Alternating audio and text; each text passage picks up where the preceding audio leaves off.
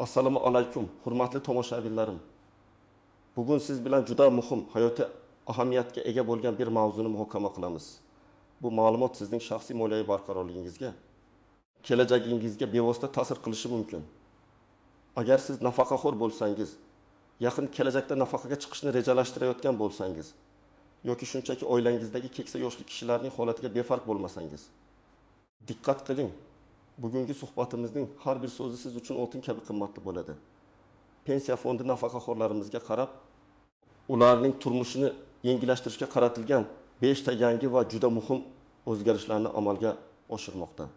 Bu nafaqat qog'ozdagi o'zgarishlar, balki haqiqiy yengilliklar va yangi imkoniyatlardir. Shuning uchun darhol kanalimizga obuna bo'lishni va ushbu videoga like bosishni unutmang. Bu ma'lumot qanchalik ko'p odamga yetsa, shunchalik ko'p inson o'z huquqlaridan xabardor bo'ladi. Muammoning mohiyati va hozirgi o'zgarishlar aziz do'stlar. Avvalambor, pensiya fondi bilan ishlash jarayoni qanday bo'lganini eslab olsak. Ko'pchiligimiz uchun bu uzoq navbatlar, bir dordan ikkinchi dorga yugurish, hujjatlar to'plash uchun sarflangan qimmatli vaqt va asablar bilan bog'liq bo'lgan.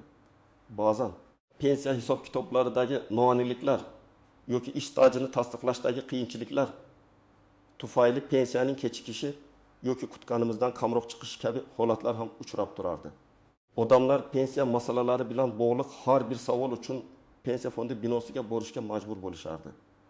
U yerda uzoq kutishga, bitta mutaxassisdan boshqasiga yo'naltirilishga, ba'zida esa kerakli ma'lumotni to'liq olmasdan qaytib ketishga to'g'ri kelardi.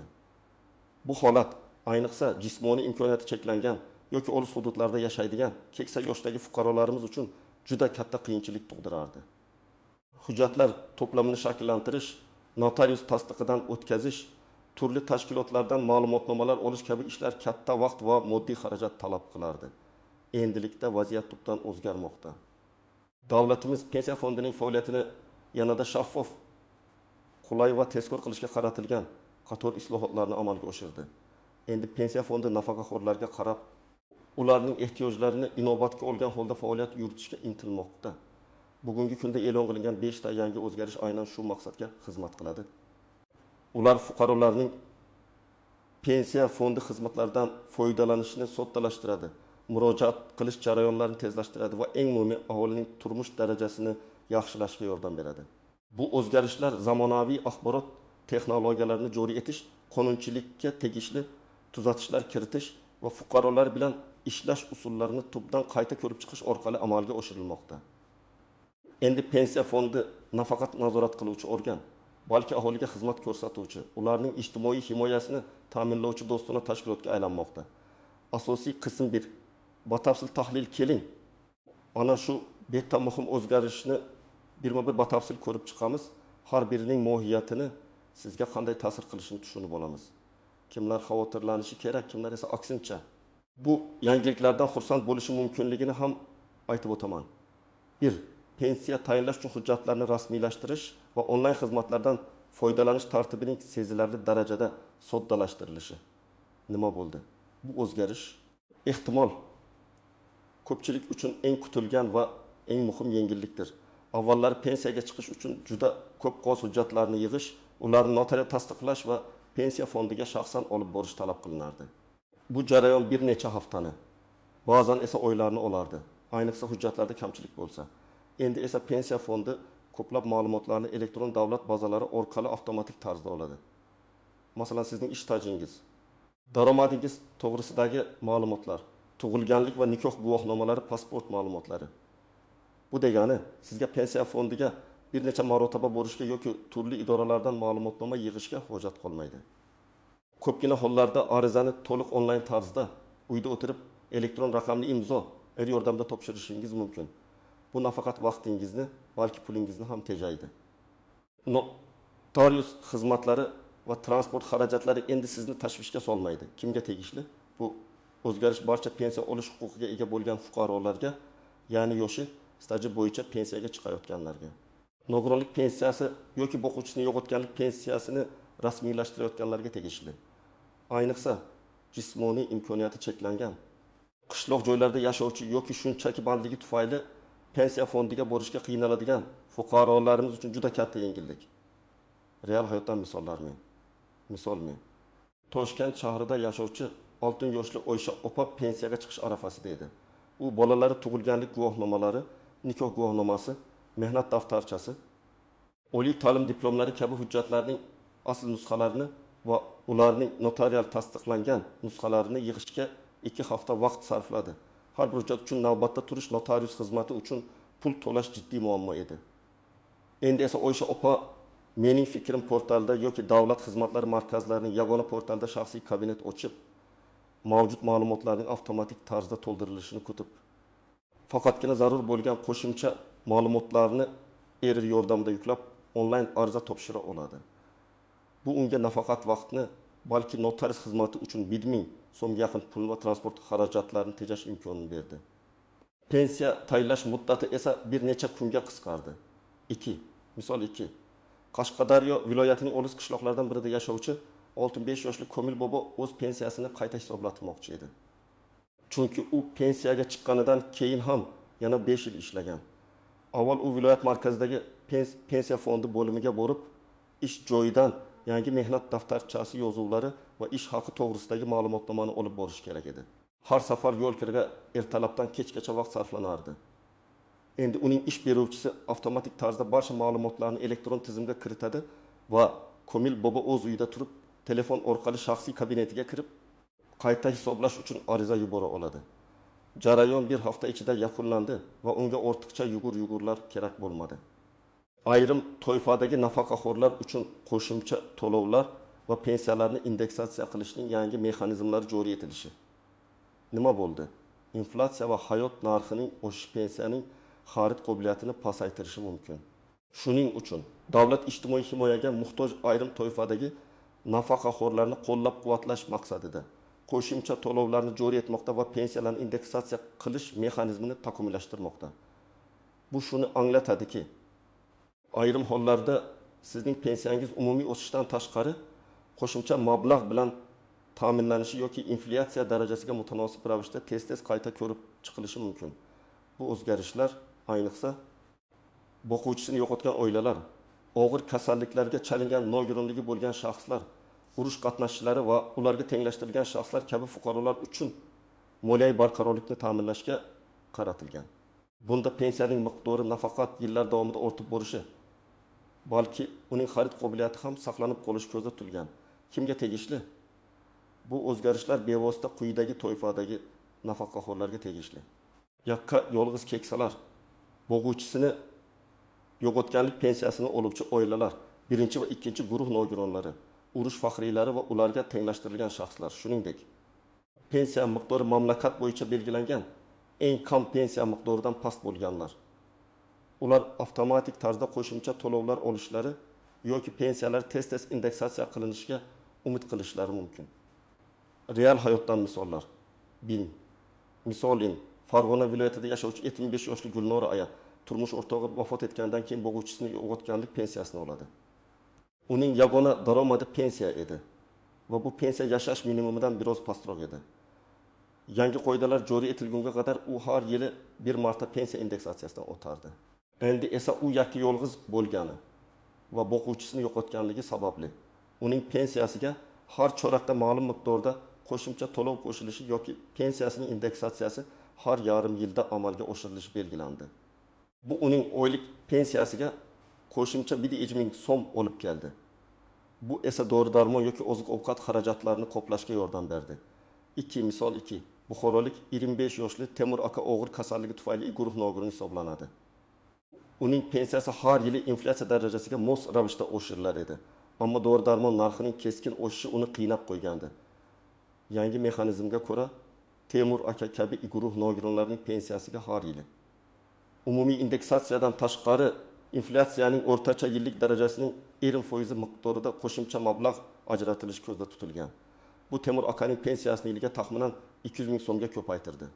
Bu esa unga hayotiy zarur bo'lgan dori-darmonlarni sotib olishga imkon berdi.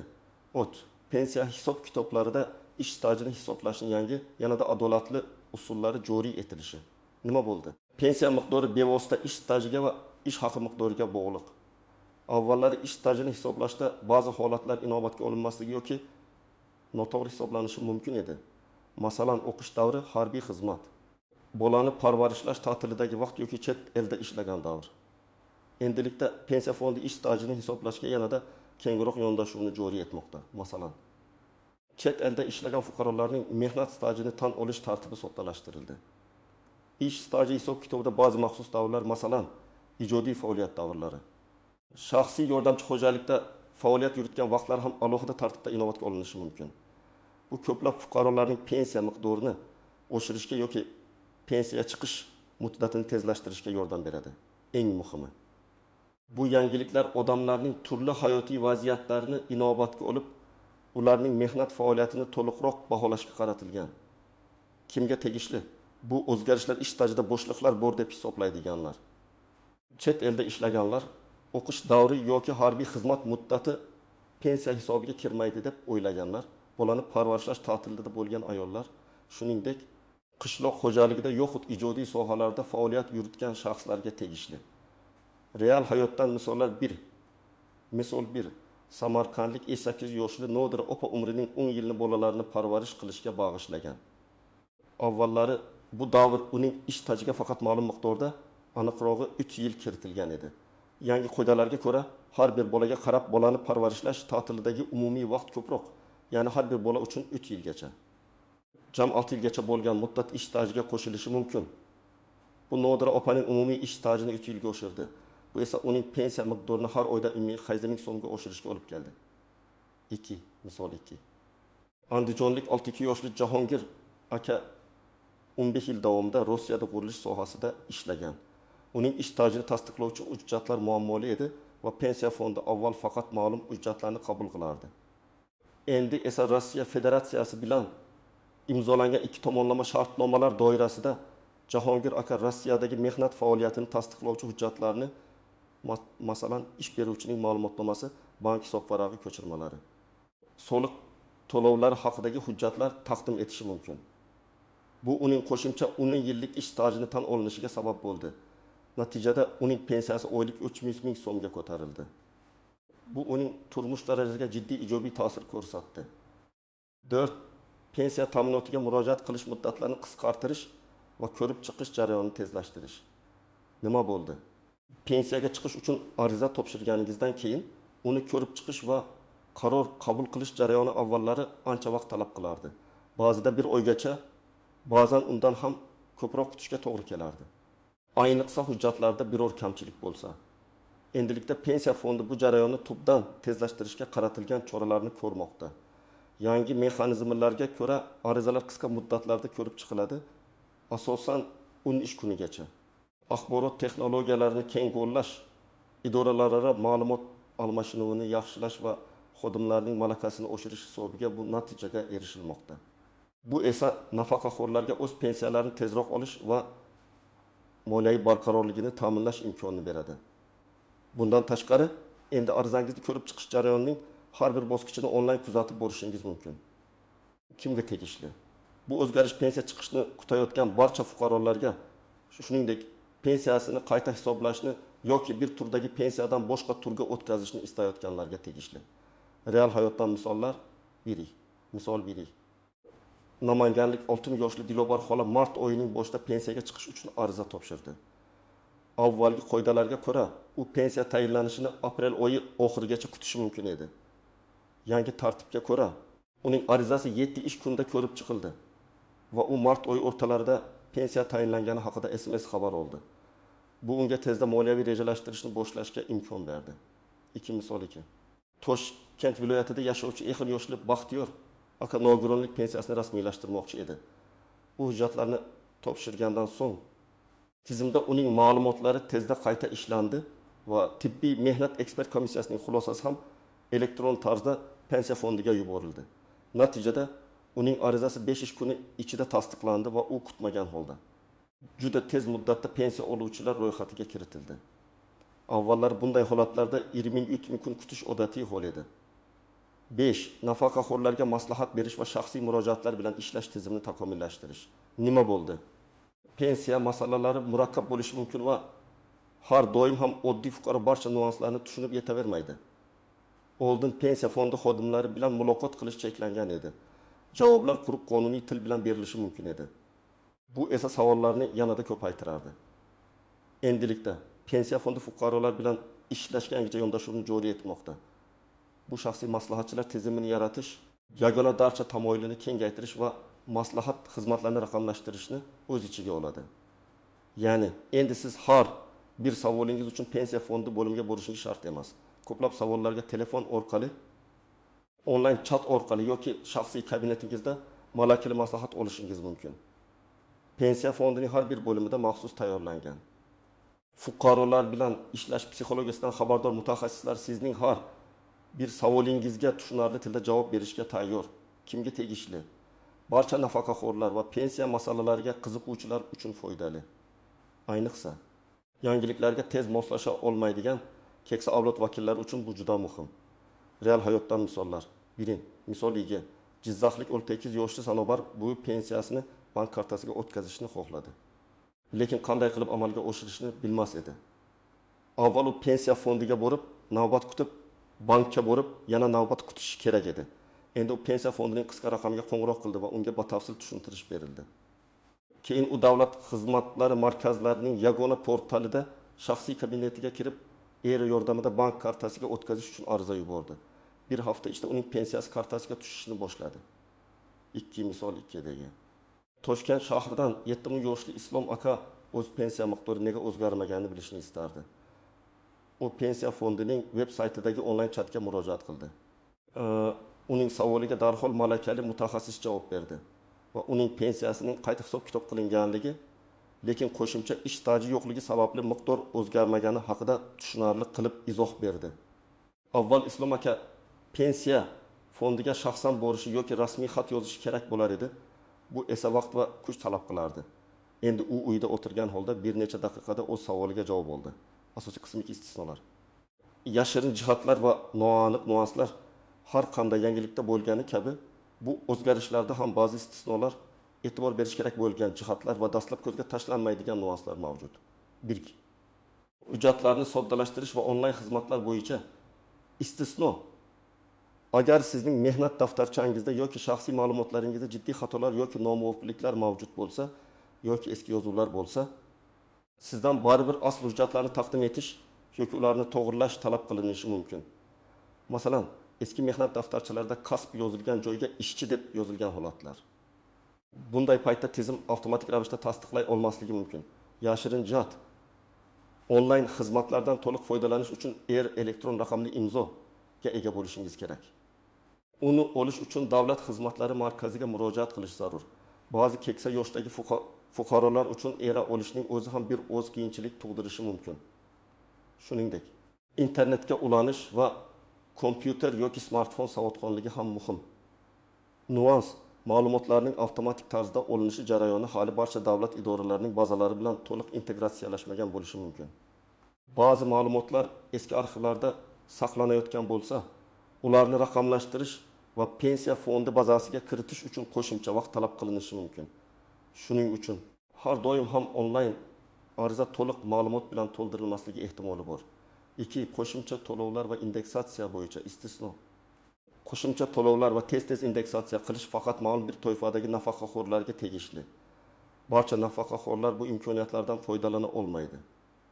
Masalan, agar sizning pensiyangiz allaqachon yaxshi miqdorda bo'lsa va yuqorida sanab o'tilgan ijtimoiy zaif toifaga kirmasangiz, sizga qo'shimcha to'lovlar tayinlanmasligi mumkin. Yashirin jihat. Qo'shimcha to'lovlar miqdori va indeksatsiya tezligi davlat budjetining imkoniyatlari hamda mamlakatdagi inflyatsiya darajasiga bog'liq. Bu miqdorlar har yili qayta ko'rib chiqilishi yoki o'zgarishi mumkin. Nuans. Pensiya fondi ba'zida sizning ijtimoiy zaif toifaga mansubligingizni tasdiqlovchi qo'shimcha hujjatlarni so'rashi mumkin. Masalan, oilaning daromadlari to'g'risidagi ma'lumotnoma yoki tibbiy ekspertiza xulosalari. Ish stajini hisoblashning yangi usullari bo'yicha istisno. Chet elda ishlagan davrni hisoblashda faqat O'zbekiston imzolagan xalqaro shartnomalar doirasidagi davlatlardagi ish staji inobatga olinadi. Agar siz O'zbekistonning shartnomasi bo'lmagan mamlakatda ishlagan bo'lsangiz, bu davrni tasdiqlash ancha qiyin yoki imkonsiz bo'lishi mumkin. Yashirin jihat, ba'zi maxsus davrlar, masalan, ijodiy faoliyat davri, to'liq ish staji sifatida emas, balki ma'lum bir koeffitsient bilan hisoblanishi mumkin. Misol uchun ijodiy uyushma a'zosi bo'lgan ijodkorning 1 yillik faoliyati pensiya stajiga LOL 7 yil sifatida kiritilishi mumkin. Nuans. Ish stajini qayta hisoblash uchun sizning eski mehnat daftarchangiz yoki arxiv ma'lumotlaringiz to'g'ri va aniq bo'lishi kerak. Agar u yerda xatoliklar bo'lsa, ularni tuzatish uchun qo'shimcha harakatlar talab qilinadi. Ba'zi holatlarda sud tartibida ish stajini tasdiqlashga to'g'ri kelishi ham mumkin. Murojaat muddatlarini qisqartirish bo'yicha istisno yuqorida aytib o'tilgandek. Agar sizning hujjatlaringizda jiddiy kamchiliklar bo'lsa yoki pensiya fondi tizimida siz haqingizdagi ma'lumotlar yetarli bo'lmasa, jarayon belgilangan muddatdan ko'proq davom etishi mumkin. Yashirin jihat. Tezlashtirilgan jarayonning ishlash ko'p jihatdan idoralararo ma'lumot almashinuvining samaradorligiga bog'liq. Agar biror davlat idorasi ma'lumotlarni kechikish bilan yuborsa, bu umumiy jarayonga ta'sir qiladi. Nuans. Onlayn ariza topshirganingizda ma'lumotlaringizni diqqat bilan tekshiring. Bitta noto'g'ri raqam yoki xato yozuv ham arizani rad etishga yoki ko'rib chiqish muddatini uzaytirishga sabab bo'lishi mumkin. 5. Maslahat berish va murojaatlar bilan ishlash tizimini takomillashtirish bo'yicha istisno ba'zi murakkab masalalar bo'yicha onlayn maslahat berish imkonsiz bo'lishi va baribir shaxsiy uchrashuv talab qilinishi mumkin. Agar sizning ishingiz noyob va standart bo'lmagan hujjatlarni talab qilsa, yashirin jihat. Pensiya fondi xodimlarining barchasi ham yuqori malakali bo'lmasligi yoki fuqarolar bilan ishlash bo'yicha bir xil darajadagi tajribaga ega bo'lmasligi mumkin. Bu esa maslahat sifati har doim ham bir xil bo'lmasligini anglatadi. Nuans. Onlayn platformalar yoki telefon orqali maslahat olishda ma'lumotlaringizning xavfsizligini ta'minlashga e'tibor bering. Hech qachon shaxsiy ma'lumotlaringizni pasport seriyasi, PNFL, bank karta raqami kabi ishonchsiz manbalarga bermang. Pensiya fondi xodimlari sizdan PIN kod yoki CVV kodini so'ramaydi. Amaliy maslahatlar nima qilish kerak? Endi esa eng muhim qilishingiz kerak. Bu yangiliklardan to'liq foydalanish va o'zingiz uchun maksimal foyda olish uchun quyidagi amaliy qadamlarni bajarishingizni tavsiya qilaman. Mening fikrim, portalda yoki davlat xizmatlari markazlarining yagona portalida ro'yxatdan o'ting va shaxsiy kabinet oching. Bu sizga pensiya masalalari bo'yicha ko'plab xizmatlardan onlayn foydalanish imkonini beradi. Agar sizda hali bo'lmasa, uni olishga shoshiling. Buning uchun davlat xizmatlari markaziga shaxsan tashrif buyurishingiz yoki onlayn ariza berishingiz mumkin. Bepul yoki juda arzon narxda beriladi. 2. Mehnat daftarchangizni va shaxsiy hujjatlaringizni, pasport, tug'ilganlik guvohnomalari, nikoh guvohnomasi, diplomlar hozirdan tekshirib chiqing. Ularda biron bir xatolik, nomuvofiqlik o'chirib yozishlar bormi? Agar bo'lsa, pensiya fondiga murojaat qilishdan oldin ularni to'g'rilash choralarini ko'ring. Ba'zi xatoliklarni ish beruvchi orqali tuzatish mumkin bo'lsa, ba'zilarni arxiv ma'lumotlari orqali yoki hatto sud orqali tasdiqlashga to'g'ri kelishi mumkin. Bu jarayonni hozirdan boshlash keyinchalik pensiya rasmiylashtirishda vaqt yo'qotishning oldini oladi. 3. Pensiya fondining rasmiy veb sayti va ijtimoiy tarmoqlardagi sahifalarni kuzatib boring. Yangi o'zgarishlar, qo'shimcha to'lovlar yoki boshqa yangiliklar haqidagi ma'lumotlar doimiy ravishda u yerda e'lon qilinadi. Shuningdek, pensiya fondining ishonch telefon raqamlarini odatda 11-5 kabi qisqa raqamlar yodda tuting yoki yozib qo'ying. Har qanday savol tug'ilganda darhol shu raqamga qo'ng'iroq qiling. Agar siz ijtimoiy zaif toifaga kiruvchi nafaqaxo'r bo'lsangiz, masalan, yakka yolg'iz yoki igi gurunogirini boquvchisini yo'qotgan oila a'zosi, o'zingizga tegishli qo'shimcha to'lovlar yoki imtiyozlar haqida pensiya fondidan alohida so'rab oling.